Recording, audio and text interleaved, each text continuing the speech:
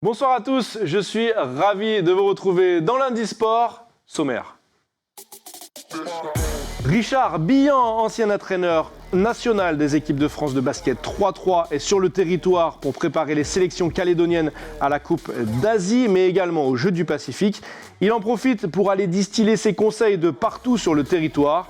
Nous parlerons de cette discipline récente, le basket 3 contre 3, des atouts et des faiblesses de nos cagous.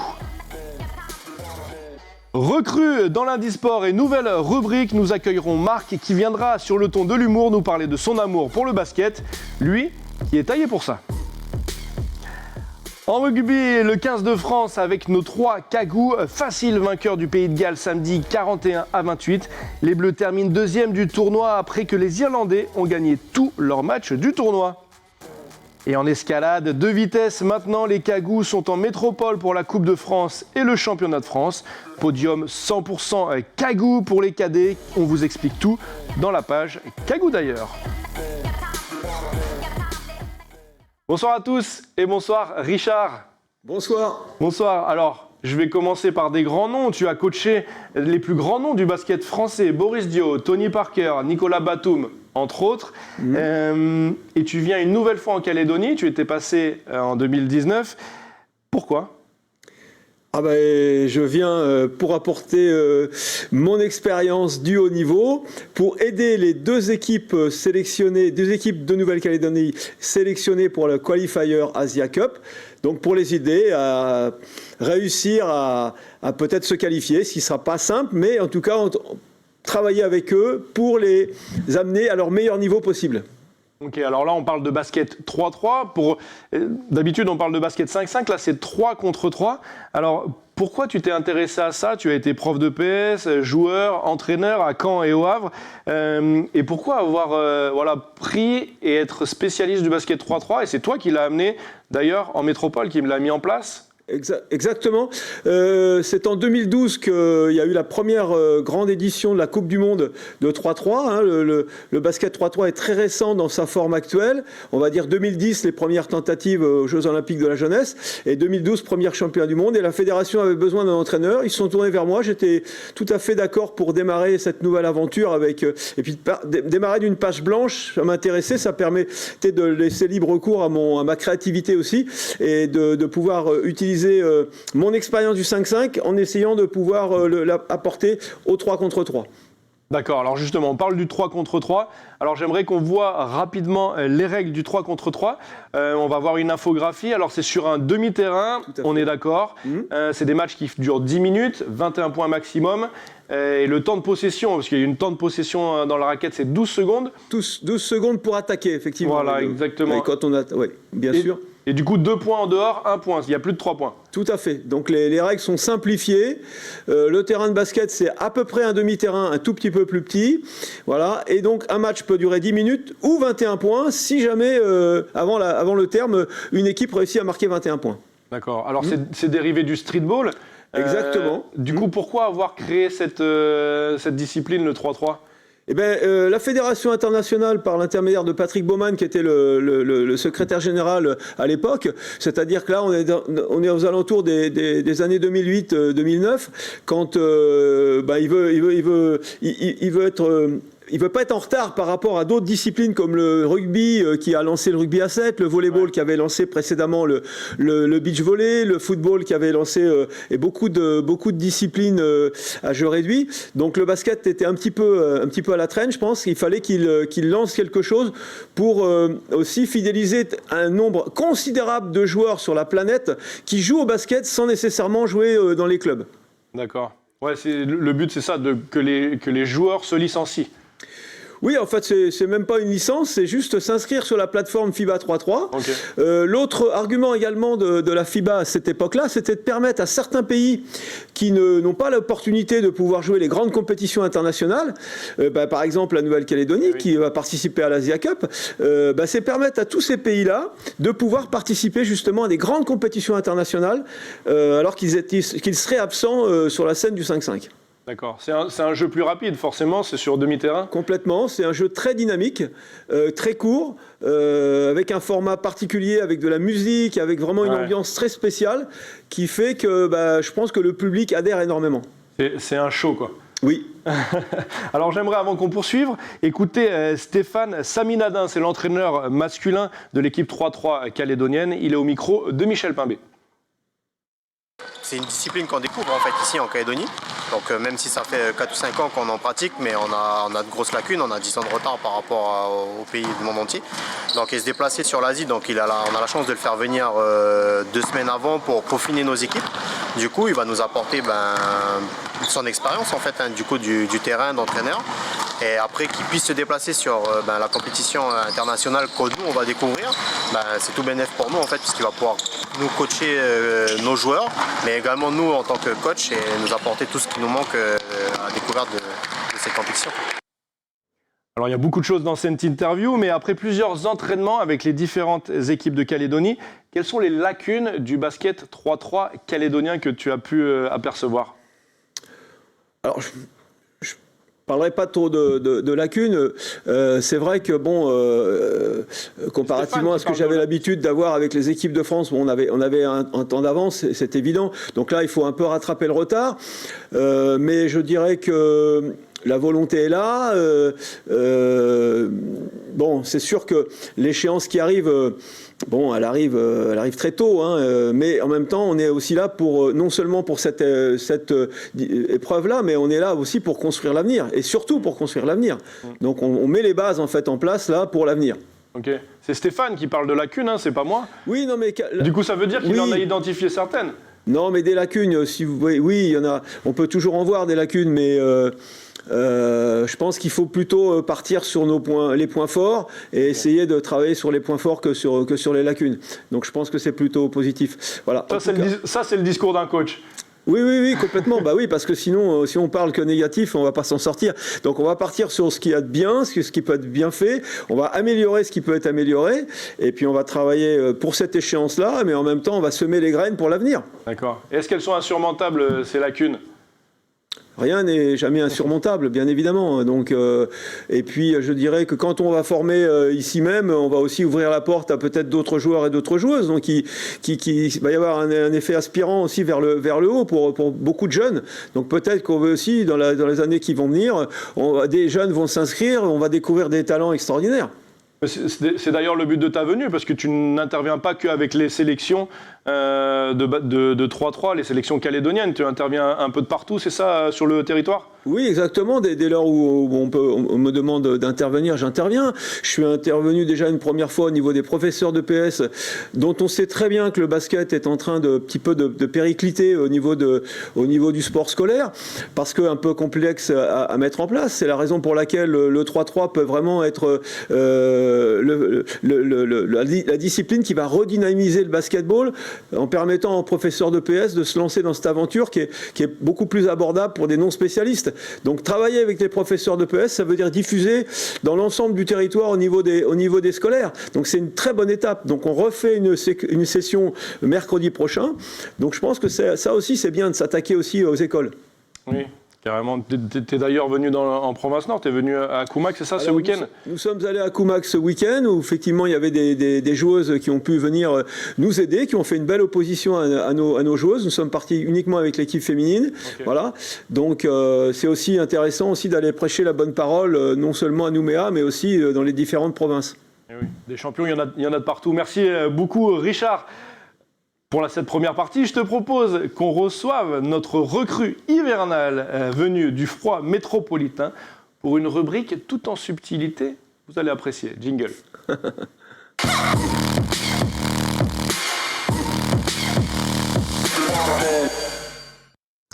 Salut Adrien. Salut Marc. Bonsoir Richard.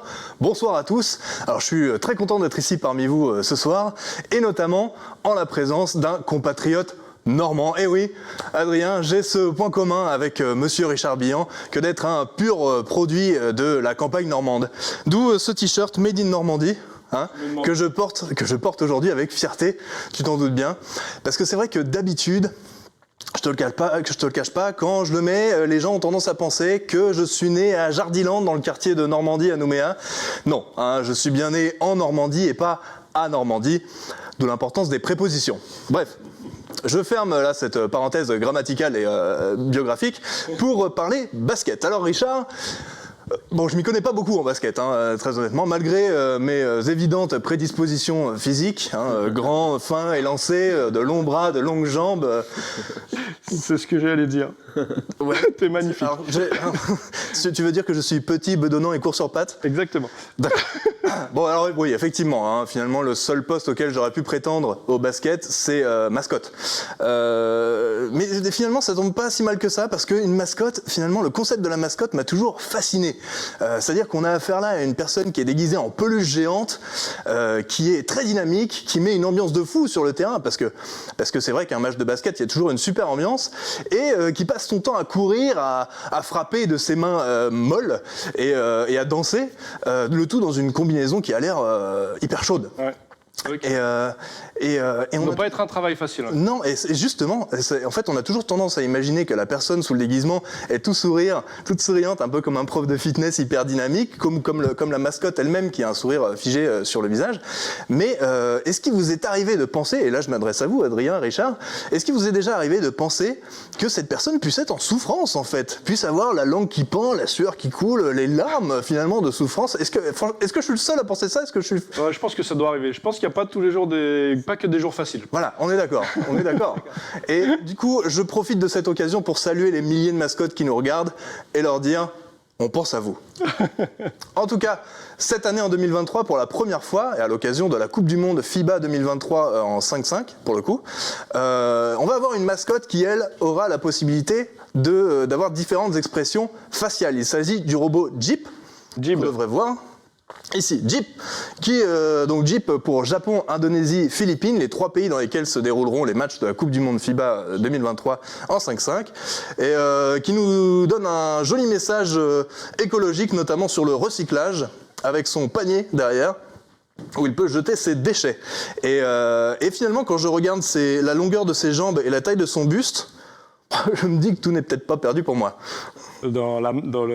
Pour faire la mascotte, ouais. Pas dans le basket, je pense. C'est déjà ça. Je sais pas ce que Richard t'en pense. Non, mais il est parfaitement taillé pour ce rôle. Le rôle de mascotte. Merci beaucoup, Marc. Merci. Alors justement, Richard, on va parler de physique un petit peu, selon les dires de Brigitte Delaveuve, qui s'occupe du championnat 3-3 ici en Nouvelle-Calédonie. C'est la taille qui manque un petit peu à cette sélection calédonienne de 3-3. Oui. Qu'est-ce que tu en penses? Oui, effectivement, ça peut être un petit peu... Alors, on parlait tout à l'heure éventuellement des lacunes ou des points faibles, mais là, on ne peut pas y faire grand-chose. Mais c'est vrai que, bon, on risque de souffrir un petit peu au niveau de la taille, parce que nous allons certainement rencontrer des équipes beaucoup plus grandes, beaucoup plus costauds. Donc, ça va être un enjeu, ouais, effectivement, ça va être une difficulté. Il faut justement qu'on trouve des solutions pour pallier à ce genre de problématiques. Donc on y travaille en ce moment pour essayer de trouver des solutions, notamment pour jouer sur la vitesse et l'adresse, plus que sur la taille et la puissance. Eh ben c'est parfait, je voulais justement te demander qu'est-ce qui va être mis en place pour pallier justement ce manque de taille. Et ben voilà, donc la réponse est là. Il faut vraiment qu'on travaille le collectif, il faut que la balle circule vite, il faut qu'on arrive à trouver des tirs de loin et qu'on soit avec un peu de chance à droit. C'est sûr que si on veut réussir à se qualifier, il va falloir faire des exploits, parce que les équipes adverses seront certainement peut-être un peu plus fortes, mais rien n'est impossible dans le 3-3, et avec de l'adresse, de la vitesse, de la détermination et de la défense, on ne sait jamais, tout peut arriver. Un match est très court et j'ai vu souvent des performances extraordinaires de certaines équipes. Voilà, donc faut y aller avec vraiment la détermination et optimisme. Ok, ça marche. Merci beaucoup Marc. Place maintenant à notre rubrique Kagou d'ailleurs avant de reparler basket 3 contre 3. Jingle.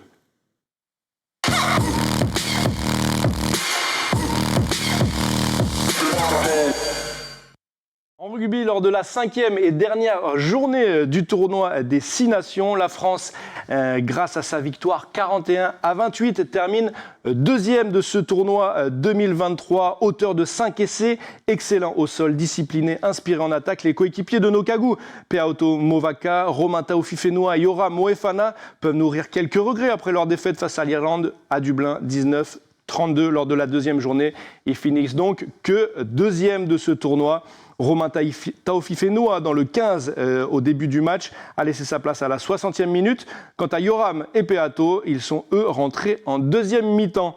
Avec nos 3 cagous, le 15 de France a bâti une belle équipe en vue de la Coupe du Monde de rugby du 8 septembre au 28 octobre en métropole. En escalade, maintenant, les jeunes cagous se démarquent lors de la Coupe de France. Et c'est en catégorie cadet. Regardez ce podium 100% calédonien. Luga Guesquière termine premier, Max Mengual deuxième et Matteo Mikolo Vermorel troisième, tous du club de Djeko à Nouméa. C'est beau, d'autant plus que Lucas et Max ont battu leur record personnel. Regardez leur run, ils ont battu donc leur record. 5 secondes 70 pour Max et Lucas 6 secondes 17. À noter en senior que Bassa Mawem, le coach de nos équipes d'escalade vitesse à Nouméa, explose le record de France et il s'impose. Le week-end qui arrive, c'est championnat de France jeunes et Coupe de France senior à Colmar cette fois-ci. Retour au basket 3-3. Alors Richard, tu interviens sur le territoire, on l'a vu, mais tu accompagnes également nos sélections pour l'Asia Cup qui se déroule du 29 mars au 2 avril à Singapour. Alors c'est important également de les suivre dans la compétition ? Oui, tout à fait, parce que effectivement, moi j'ai la chance d'avoir connu énormément de grandes compétitions internationales dans ma carrière, y compris les Jeux Olympiques. Donc j'ai cette forme d'expérience qui va permettre peut-être d'aider nos équipes, en tout cas d'optimiser au maximum les futurs résultats de l'équipe, les mettre dans les conditions optimales de par mon expérience des grandes compétitions internationales. Donc aider les joueurs et les coachs, bien évidemment. Ok. C'est important d'avoir un œil extérieur lors d'une compétition ? Ah oui, complètement, oui, parce que donc il va falloir non seulement s'occuper de notre équipe, mais il va falloir bien analyser le jeu des adversaires. Donc ça va faire partie aussi de mon travail, de bien observer et d'être assez concis pour donner les bonnes informations aux joueuses, pas les noyer dans trop d'infos, mais leur donner vraiment l'essentiel pour essayer de gagner les matchs qui vont suivre. Parce que le premier match, on ne pourra pas le faire parce que ça sera l'Australie. On va essayer d'avoir des renseignements en amont, mais voilà, c'est surtout sur place qu'on va essayer d'avoir en observant les adversaires, de pouvoir les évaluer. Ok, alors cela, tu l'as dit, c'est planter des graines pour le futur, ça rentre dans la préparation pour les Jeux du Pacifique en fin d'année. L'objectif, c'est de présenter l'équipe la plus complète possible. Alors on écoute Adeline Souquet de la sélection féminine, toujours au micro de Michel Pimbé. On va pas là-bas pour se balader, on va dire. On va essayer de montrer un peu le basket calédonien, mais on sait qu'il y a un haut niveau quand on s'attend à rencontrer des grosses pointures, donc ça va être très très difficile. Mais on prend ça aussi comme un voyage de préparation pour les Jeux en novembre. Ça nous prépare aussi pour les Jeux du Pacifique, et puis le fait qu'ils nous accompagnent sur une compétition aussi hors du territoire, ça va aussi nous permettre de nous mettre en condition pour les Jeux, d'avoir un œil externe et puis pouvoir améliorer nos techniques et notre jeu collectif. Alors on voit bien que c'est présent dans les esprits, ces Jeux du Pacifique en fin d'année. C'est l'objectif pour ces sélections ? Et je pense qu'ici, ça revêt une importance capitale, les Jeux du Pacifique, puisque ce sont des jeux intersports, enfin multisports, on va dire, et représenter la Calédonie, c'est très très important pour tous ces athlètes, quel que soit le sport. Donc oui, je pense qu'ils ont la volonté de briller. Il y aura également le 5-5 qui sera présent, donc ça sera aussi, ça sera un peu compliqué parce qu'effectivement, il faudra faire des choix de joueurs en 5-5, en 3-3. Le réservoir n'est pas non plus immense, donc je pense qu'à terme, il faudrait essayer de mutualiser un petit peu, mais voilà, à voir quoi. D'accord. Alors Adeline, elle parle au début de son interview de montrer ce que c'est que le football calédonien. Est-ce qu'il y a un style, le football, n'importe quoi, le basket calédonien, est-ce qu'il y a un style calédonien ? Il y a un style calédonien... Je ne sais pas s'il y a un style calédonien, mais en tout cas, les joueurs ont des qualités, c'est certain, des qualités d'adresse, des qualités d'engagement, notamment en défense. Donc oui, effectivement, on peut parler que l'agressivité défensive, la vitesse, tout ça, ça fait partie du style calédonien, voilà, qu'il faudra mettre en avant justement pour pallier un petit peu le manque de taille. D'accord. Alors, en plus d'intervenir auprès des joueurs, tu interviens auprès des coachs. On en a parlé tout à l'heure, les profs de PS. Stéphane, l'entraîneur de l'équipe calédonienne, l'a dit. Ton but également, c'est de donner des pistes de travail à tous ces entraîneurs sur le territoire ? Complètement. En particulier, les sélectionneurs, hein, Jean-Marc pour les filles et Stéphane pour les garçons. Je suis vraiment à leur côté. On forme une bonne team tous les trois. Donc vraiment, on est soudés et il n'y a pas de difficulté entre nous. Vraiment, on s'écoute les uns les autres. Et moi, si je peux vraiment leur apporter mon expérience, c'est un plus. Et puis après, tous les entraîneurs sur le territoire, et y compris les professeurs de PS, je serai toujours là pour leur apporter mon soutien et mon aide. D'accord.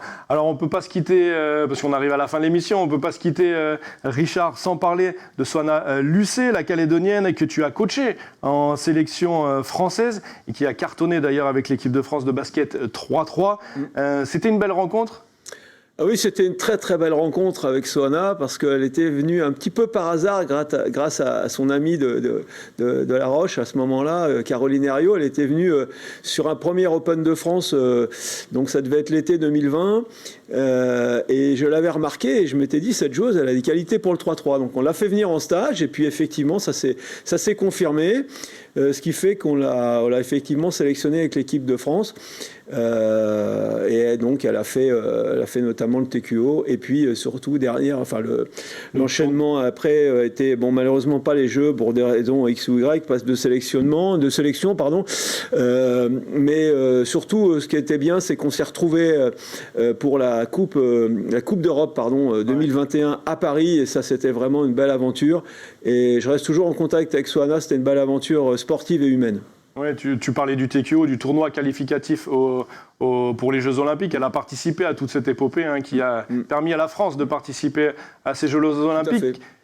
On parlait de manque de taille dans la sélection calédonienne de 3-3. Ce n'est pas le cas de Soana.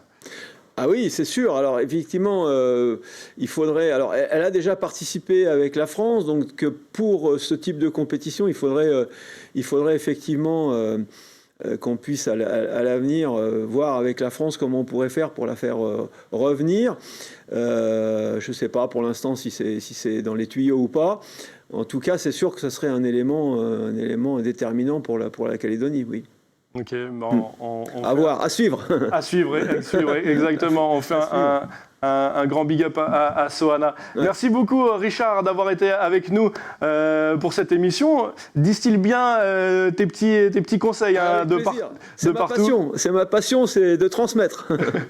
Ça se voit en tout cas. Merci beaucoup, Richard, de t'être déplacé, d'avoir pris du temps pour nous. Un grand plaisir. Merci à vous. Et bon courage à vous. Et on vous suivra pendant l'Asia Cup. Oui, mais on aura besoin de votre soutien. ça marche. Merci beaucoup. Allez, la bande, on se dit à la semaine prochaine, nous, pour une nouvelle émission de Lundi Sport. Tata, bonne semaine à vous. Vas-y, viens.